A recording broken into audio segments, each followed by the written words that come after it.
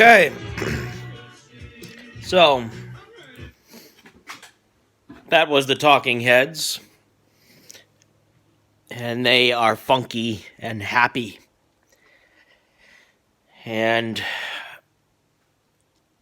I had them on the video to make a point that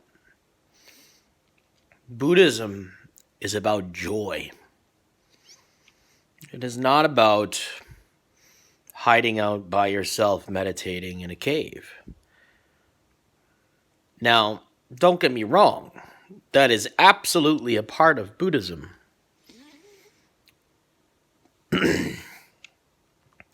But some people succeed that way, and some people succeed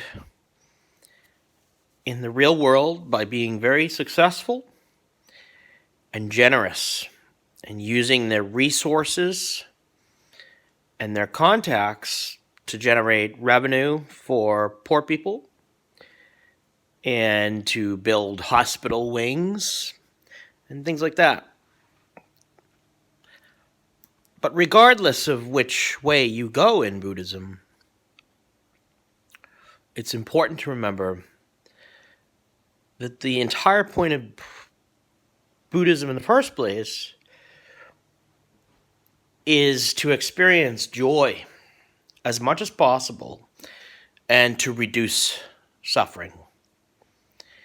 And ultimately, to stop suffering and to achieve enlightenment and stop being reborn over and over again where you suffer over and over again. And very importantly, Buddhism is about improving the quality of your life in this very life and the life after it, and the life after it. Because it takes most people 20 or 30 years or longer. 20 or 30 lifetimes rather to achieve enlightenment. So let's talk about what Buddhism is. What makes Buddhism different from other religious ideas and doctrines? Although Buddhism is not really a religion. It is a doctrine, a teaching about psychology. That's what Buddhism really is. And the only way that you can penetrate the depths of Buddhism is by learning the Four Noble Truths. And the Four Noble Truths are so profound that you really cannot learn the last two Noble Truths without first taking 2 years to learn the first two Noble Truths. And the last two of the Four Noble Truths are where the meat of the teaching is. That's where all the depth is, the complexity, the difficulty, and all the hard study. That's where the process really happens. But for those who are curious about Buddhism and you want to hear the truth from someone who was a monk for 4 years, that's me, then you need to know the truth, the first noble truth. The first noble truth is the truth of suffering. It states that the human condition is inescapably and inevitably suffering, and that the only way to improve your situation is to first admit to yourself that all of us are suffering, and that suffering pervades or penetrates every activity that all of us do together as a species, and that it's everywhere and that you can't escape it. Most people don't understand how much they're actually suffering because they enjoy alcohol, friendships, music, going out, partying, drugs, sex.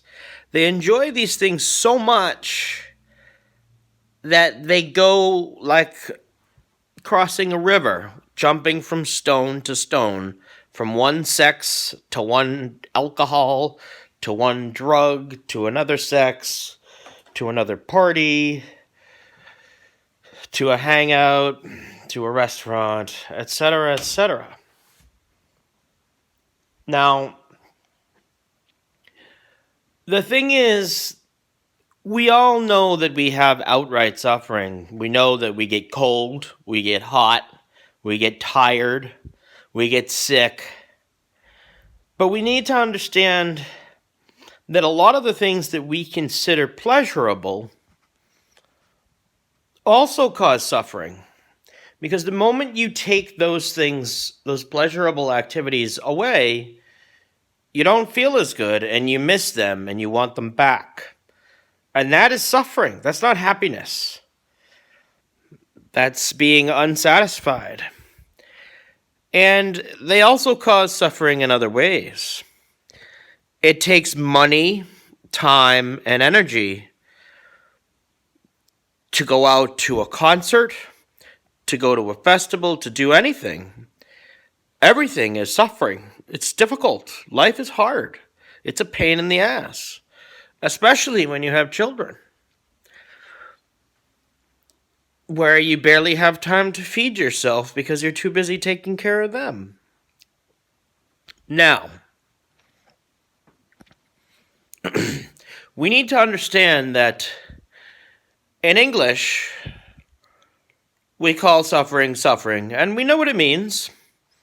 However, the suffering that the Buddha talked about was actually very, very different from what we talk about. And the reason why is because at the time of the Buddha, they had a completely different word for suffering, because there was a type of suffering that's very different, and they had a different word for it because it meant something different. Now, that word is dukkha. Dukkha. Dukkha, D-U-K-K-H-A, is a word from the Pali language, P-A-L-I. The Pali language was before Sanskrit in northern India and Nepal, I believe.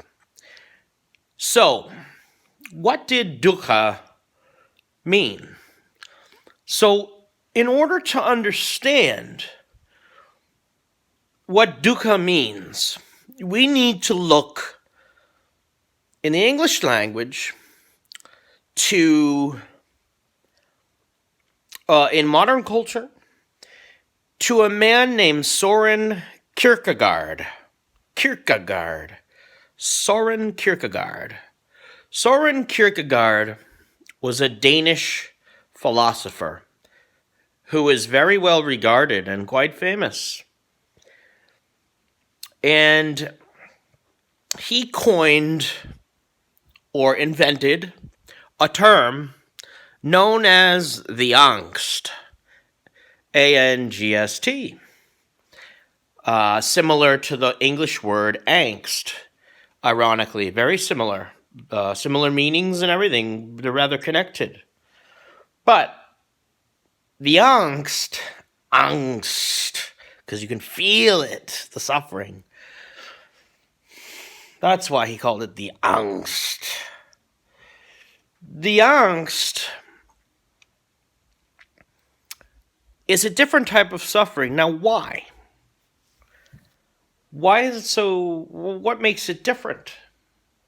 So what makes it different is that Soren Kierkegaard said that even when we have lots of money and we are doing well and we have loved ones and everything's going well,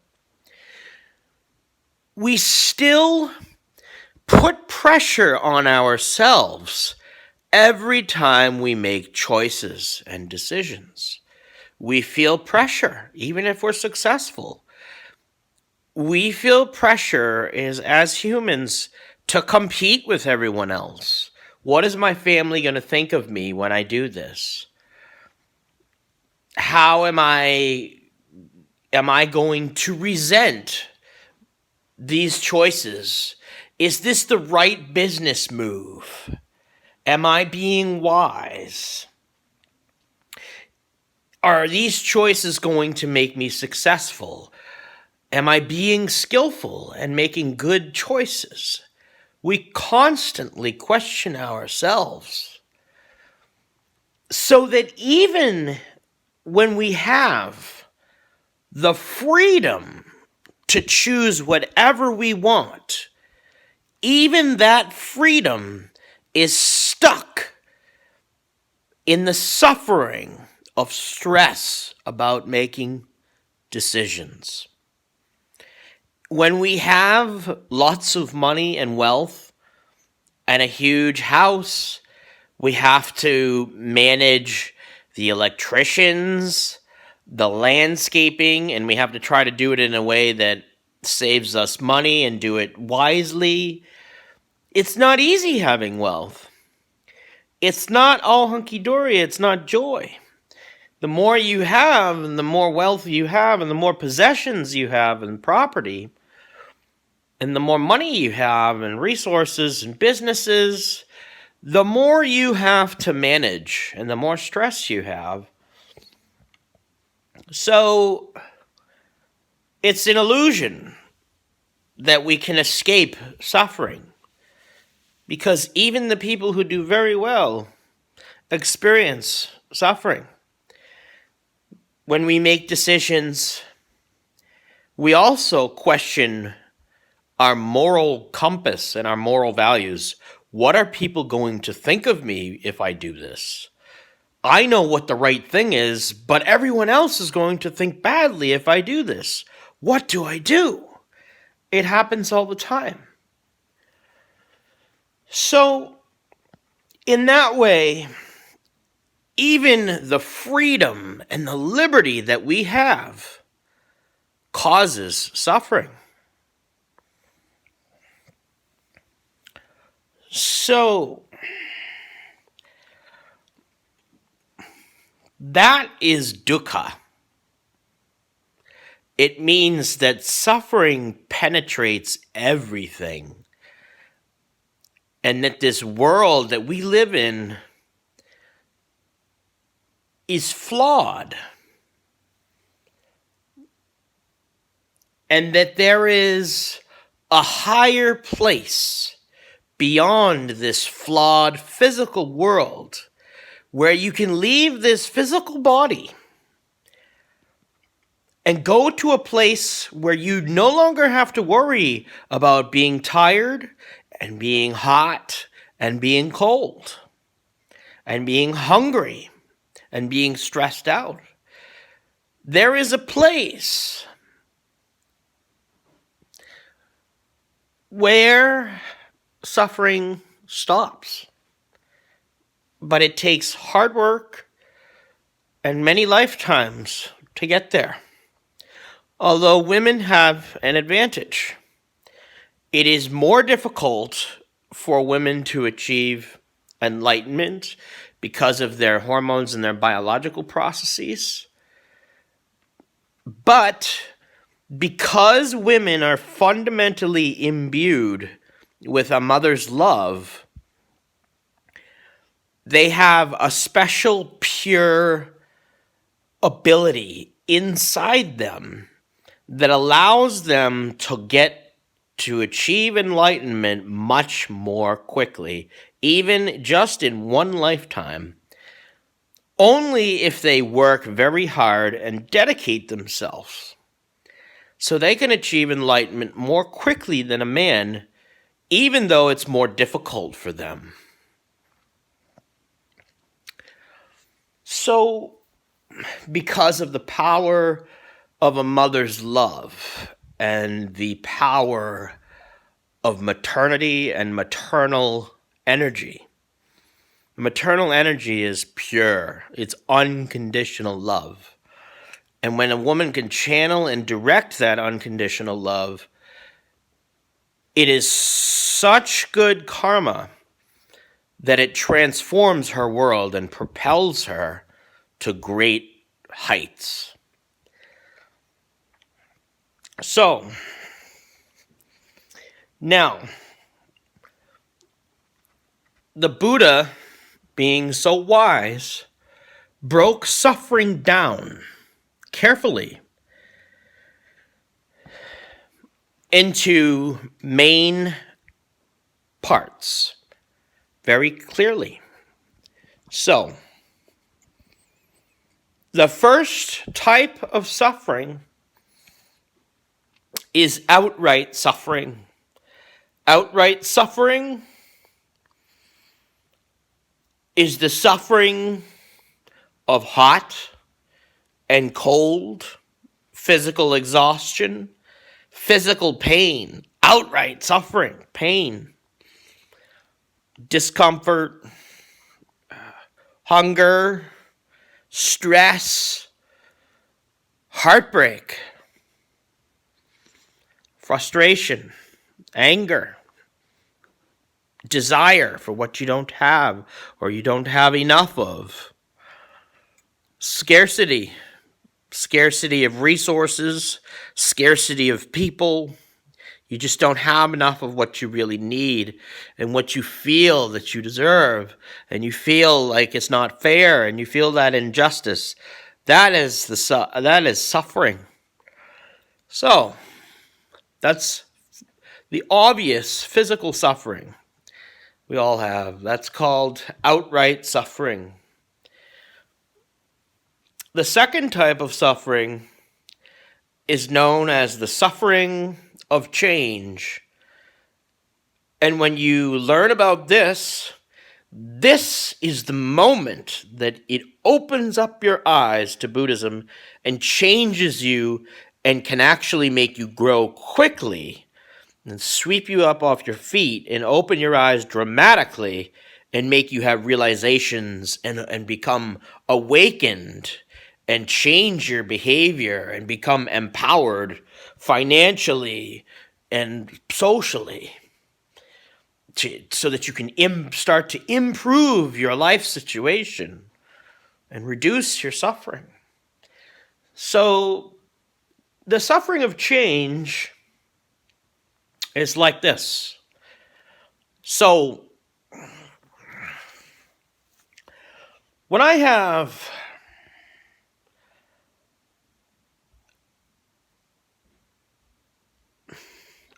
a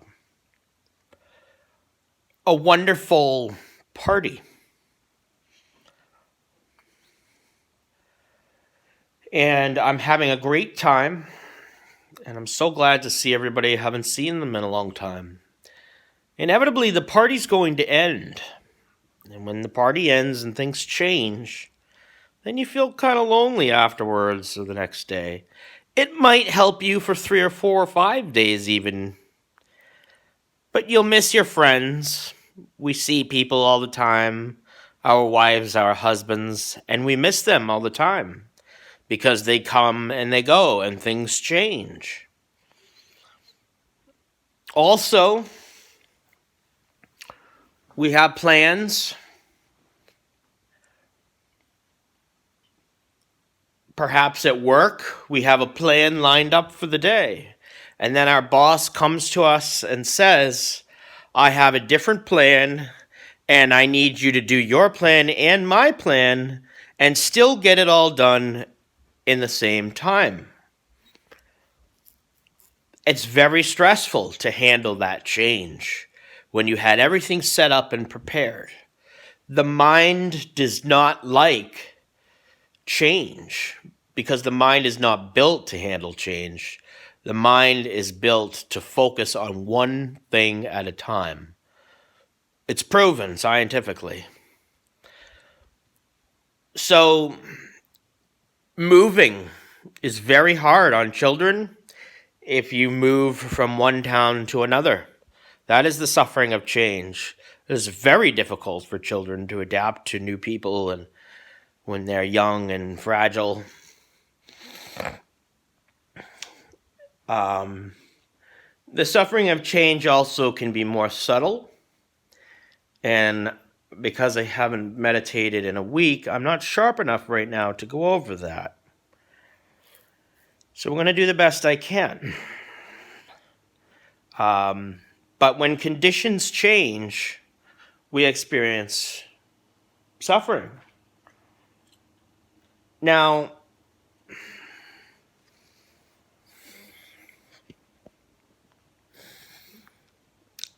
the other type of suffering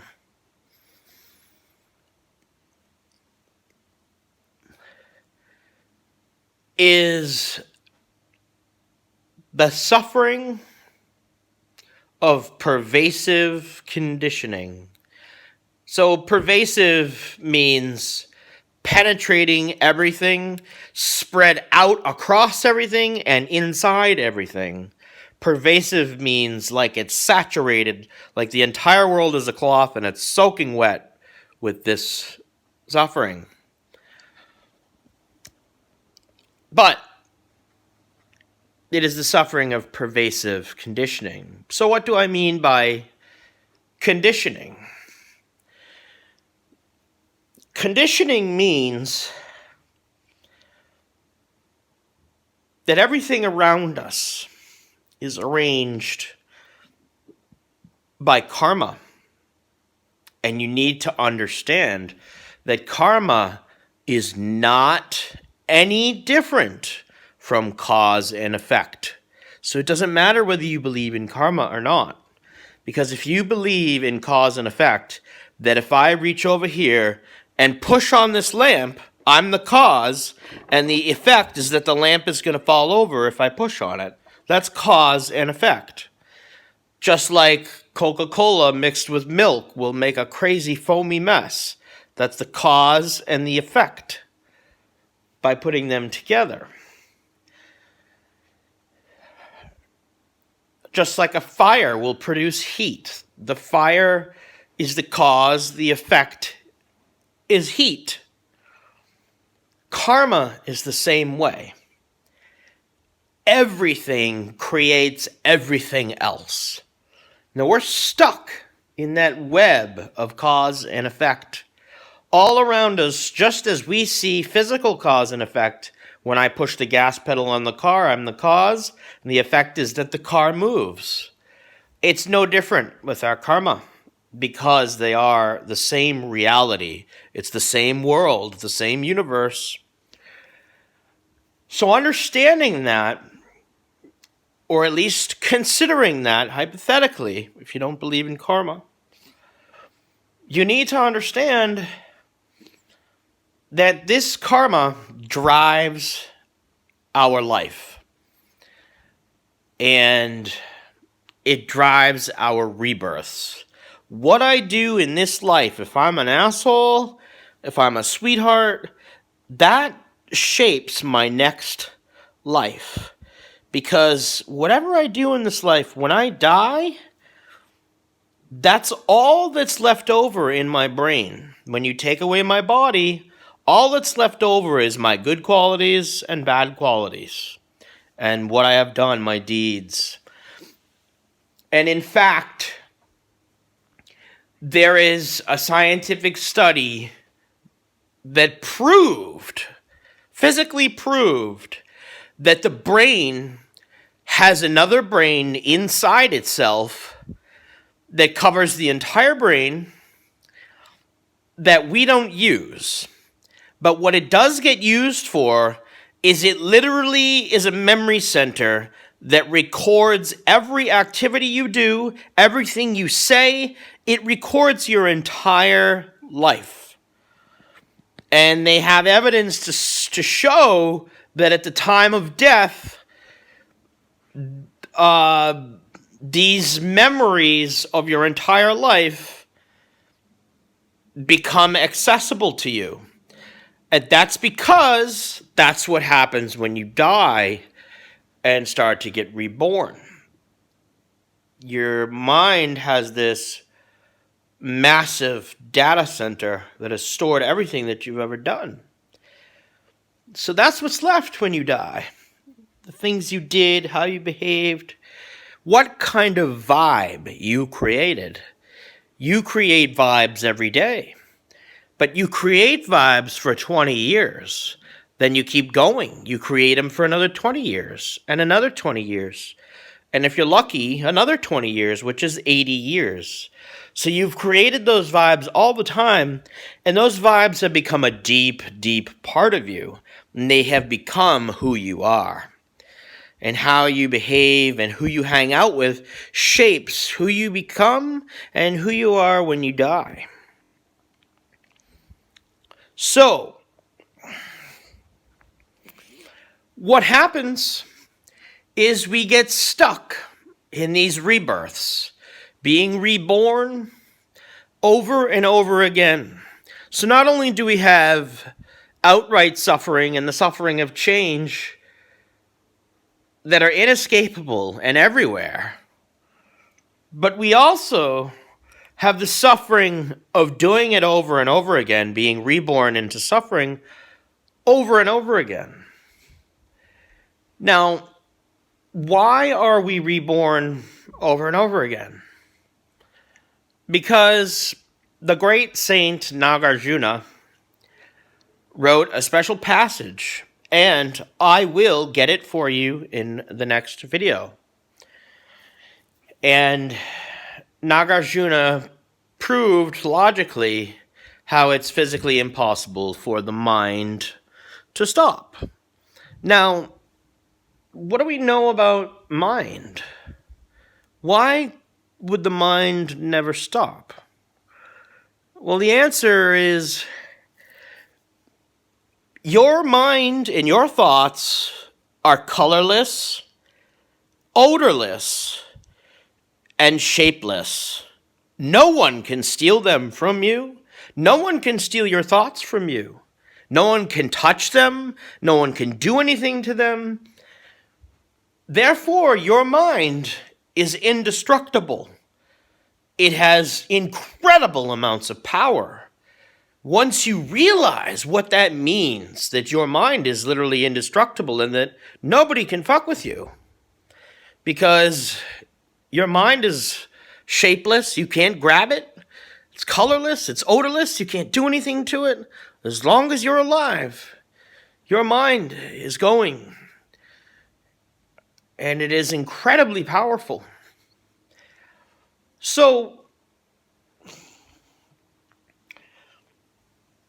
the mind doesn't stop because the mind doesn't need anything to keep going. The mind doesn't need a place. It doesn't even need a physical body. It can go beyond that. But that's another story. So,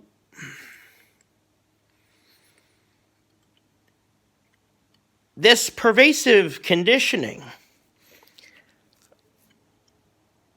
means that suffering is spread through everything, and that everything is fundamentally faulty because we are still impure physical beings. We're animals. We're people, but we are animals. We have to wipe our asses, and we pee, And we consume food, and it takes a lot of hard work to feed ourselves. We have to grow food and farm food and grow animals. And then we shit, and we have to make special systems and sewers and all this stuff to handle all the shit we create because we're not pure. We're animals. And our physical bodies are very raw and rough and dirty. We stab each other. We have wars. We betray each other. We lie. We are jealous. We are greedy. We are selfish. We are not perfect. We are not higher beings. But we have the ability within each of us to be a higher being. So those are the three types of suffering. But the big kicker that makes it all interesting and makes it start to light up is what happens when we look at the nature of pleasure. Because in order to understand suffering, we need to examine pleasure also. Because pleasure is not what we think. Now, what do you suppose would happen if I took something wonderful, right? For me, if you don't like chocolate, that's fine, but I like chocolate, a little bit. So if I like chocolate, right? Chocolate supposedly should have a nature of pleasure. Now, if chocolate really had a nature of pleasure, then wouldn't that mean the more pleasure that I had, the more pleasure I would get? But what happens if you eat more and more chocolate? Not only do you get full and uncomfortable, but you'll get sick. You can get quite sick.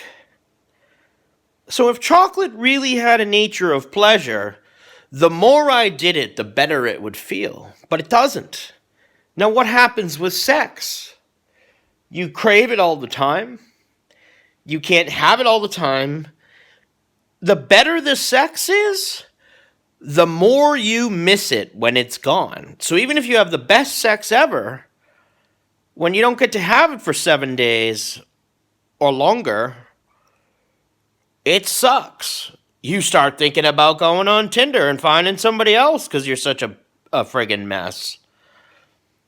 So what would happen if sex really had a nature of pleasure? What would happen if we had more sex? Well, our back starts to hurt. Our stomach muscles rip if we're the man. The woman, her hamstrings and her legs hurt.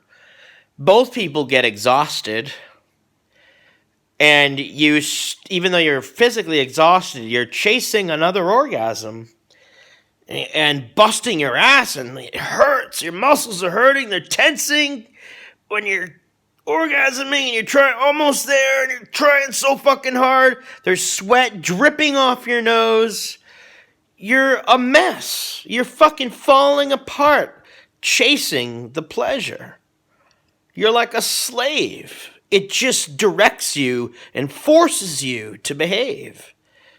You're totally powerless over this so-called pleasure. And what happens is you get sore, you get exhausted, you get tired, and you have to stop. You eat more chocolate, it makes you sick. You have more sex, it makes you physically in pain and exhausted. If the nature of chocolate and sex was really pleasure, then the more and more you did it, the more and more pleasure you would have. So you see, if you want to understand suffering, you need to understand that physical pleasures are actually not true pleasure. True pleasure is when you give a homeless man $100 bill and you cry because he's crying and hugging you. That that is true pleasure. True pleasure is when you're next to a stream in the woods that's peacefully bubbling and you meditate and everything goes completely still and it's so quiet and peaceful that you can hear your own heartbeat and you totally escape suffering for 5 minutes and you experience bliss. Bliss is what real pleasure is. It is not excitement and fanfare and watching the UFC, watching boxing on TV, pumping your adrenaline with excitement, watching a football game, getting excited and with anticipation and suspense and yelling, hurrah! That's not pleasure. But most people don't understand that there is a pleasure that feels much better than that is much calmer and slower and easier. And best of all, it's free.